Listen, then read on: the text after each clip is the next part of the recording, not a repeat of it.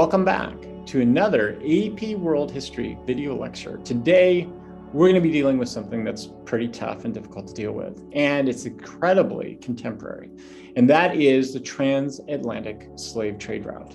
Now, when we talk about this, I think it's really important that we note some misunderstandings that have happened when people have interpreted what happened with the transatlantic slave trade route. You oftentimes hear people will make arguments like, hey, I get it was a tragedy, but slavery has always been around.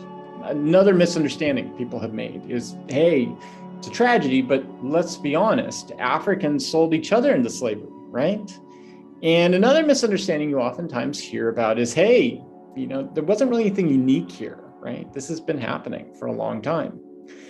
I want to make the argument that while some of those things have elements of truth to them, overall, they're missing the point.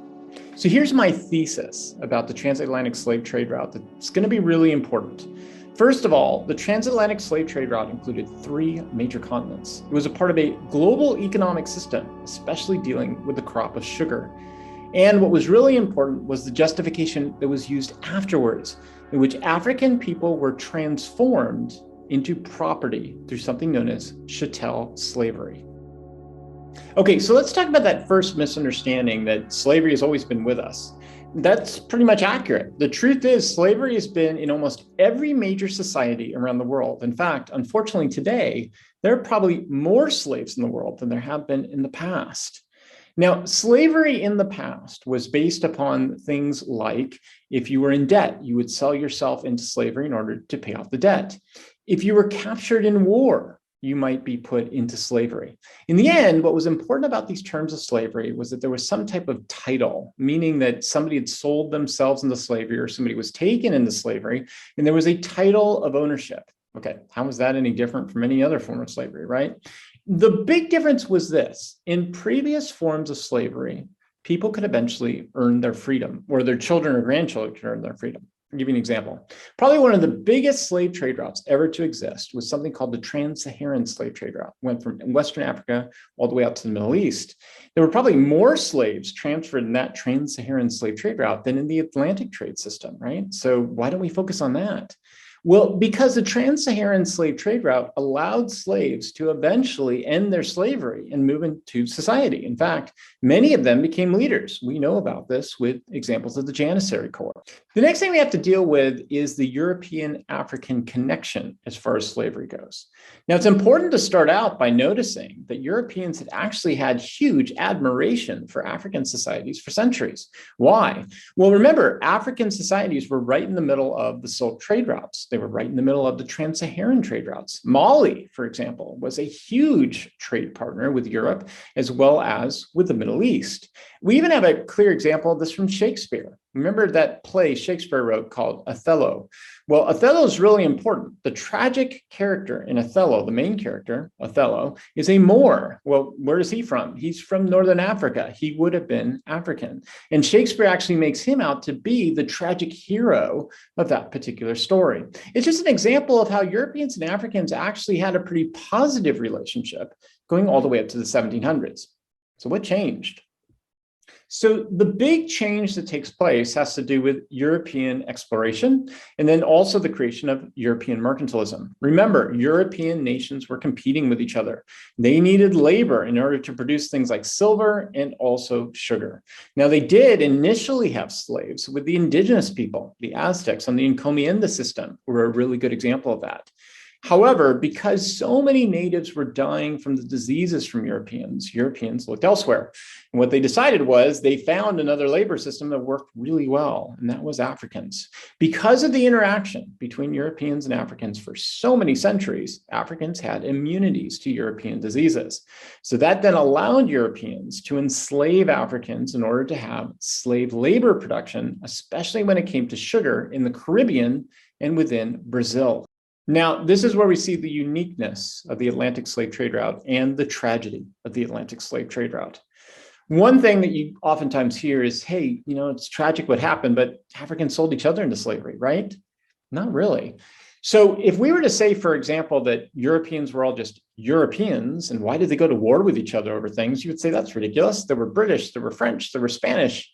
That was the same thing with Africans. Africans didn't view themselves as being one group of people. They viewed themselves as living in tribes, kingdoms, nation states, trading ports, and they would trade with each other and they would enslave each other during conquering, like many other societies. What changed, though, was when Europeans opened up that slave trading market. The more demand they made for slaves, the more it incentivized African kingdoms to go out and conquer people to sell them into slavery. Okay, another big thing that was different about the Atlantic slave trade route, it included 3 different continents. This was known as the Triangle Trade.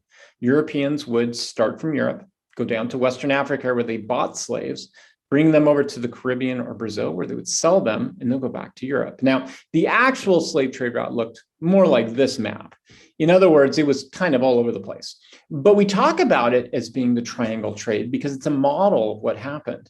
And it's so important because it became a massive trade route for slaves and sugar. As far as we know, at least 12 million Africans were transported back and forth. And that's not even counting all the slaves who died aboard the ships or on their way out to Western Africa as well. Probably talking about millions more. What's even more tragic about this was the average lifespan. The average lifespan for an African, especially in the Caribbean, but also Brazil, was about 22 or 23 years old. Why was it so low? Well, because of the poisonous gases that would be emitted when they boiled down sugarcane. Also, the horrible work conditions that were done in which Africans were killed by overseers or just overworked with little nutrition.